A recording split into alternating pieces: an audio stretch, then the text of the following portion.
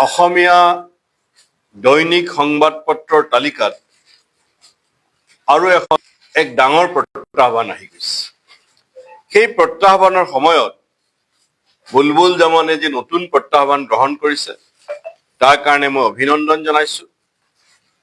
সংখ্যাত আমাৰ বহুত বাতৰি কাকত আছে, আগতকে কমিছে অলপ, দৈনিক নকমিলেও সাপ্তাহিক পষেকে এইবোৰ যথেষ্ট কমিছে। বিৰোধী দলৰ আছো কাৰণে কোৱা নাই, এক প্ৰকাৰে চৰকাৰৰ মুখপত্ৰত পৰিণত হৈছে। চৰকাৰে যেনেকে বিচাৰে তেনেকে পৰিচালিত হয়। মই নাজানো এই নতুন কাকতে কিদৰে যাত্ৰা আৰম্ভ কৰিব, কিন্তু মই আশা কৰিম চৰকাৰৰ বা বাতৰিও দিব লাগিব, কাৰণ সেইবোৰো ৰাইজে জানিব লাগিব।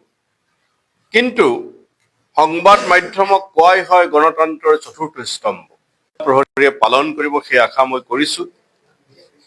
আৰু কাকত আলোচনী দীৰ্ঘস্থায়ী হোৱাটো আন এক ডাঙৰ প্ৰত্যাহ্বান। আজি দৈনিক অসমৰ দৰে কাকত তেওঁলোকৰ স্বত্বাধিকাৰী পৰিৱৰ্তন কৰিবলগীয়া হৈছে। দৈনিক জনমভূমিৰ দৰে কাকত স্বত্বাধিকাৰী পৰিৱৰ্তন হ'ব পাৰে, কিন্তু কি ধৰণৰ প্ৰত্যাহ্বানৰ সন্মুখীন হৈ তেওঁলোকে নিজৰ স্বত্ব এৰি দিবলগীয়া হৈছে। আজি অসমৰ জনপ্ৰিয় সাপ্তাহিক অসম বাণীক কেইবাটাও সংখ্যাৰ প্ৰকাশেই হোৱা নাই। সাদিন আজিকালি ছানডে ছাপ্লিমেণ্ট নিজৰ অস্তিত্ব টিকি ৰাখিব আৰু এক ব্যতিক্ৰমী দৈনিক কাকত হিচাপে পৰিণত হ'ব। এইখিনি কৈ মই বুলবুল, গিৰীন শইকীয়া আৰু সংবাদ প্ৰহৰী সমগ্ৰ টীমক অভিনন্দন আৰু ধন্যবাদ জনাই মোৰ কথা শেষ কৰিছো। ধন্যবাদ।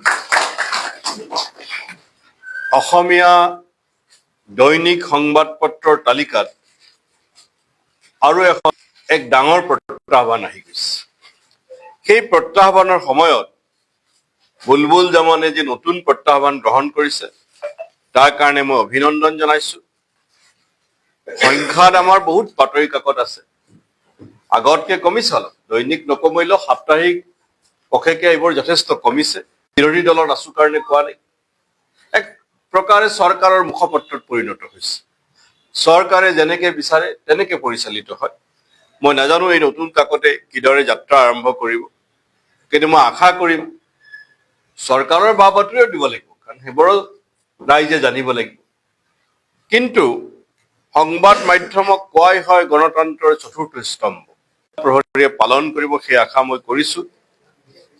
আৰু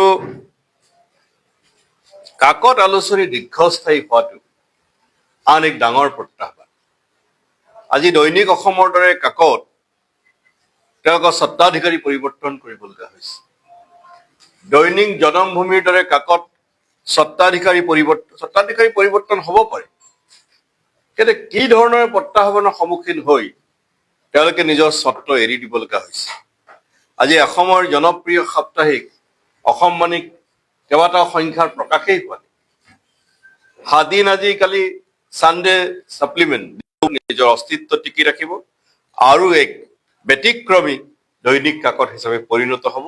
এইখিনি কৈ মই বুলবুল, গিৰীন শইকীয়া আৰু সংবাদ প্ৰহৰী সমগ্ৰ টীমক অভিনন্দন আৰু ধন্যবাদ জনাই মোৰ কথা শেষ কৰিছো। ধন্যবাদ।